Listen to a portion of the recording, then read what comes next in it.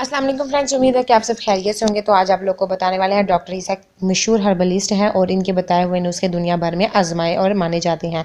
आज हम आपको बताने वाले हैं कि हम बासानी घर में मैगी फेशियल जैसा रिजल्ट पा सकते हैं, जिसको पहली बार इस्तेमाल करने से ही रंगत हो जाएगी निखरी निखरी और गोरी, और आप भी कहेंगे कि वाकई ये नुस्खा तो कमाल का है। चलें तो फिर जान लेते हैं कि इस नुस्खे के लिए कौन से अज्जा इस्तेमाल होंगे और कैसे इसको लगाना है। तरकीब: 1 खाने का चम्मच संदल पाउडर और 1 खाने का चम्मच बादाम का पाउडर और 1 खाने का चम्मच हल्दी। इन तीनों अज्जा को अच्छी तरह मिक्स कर लें।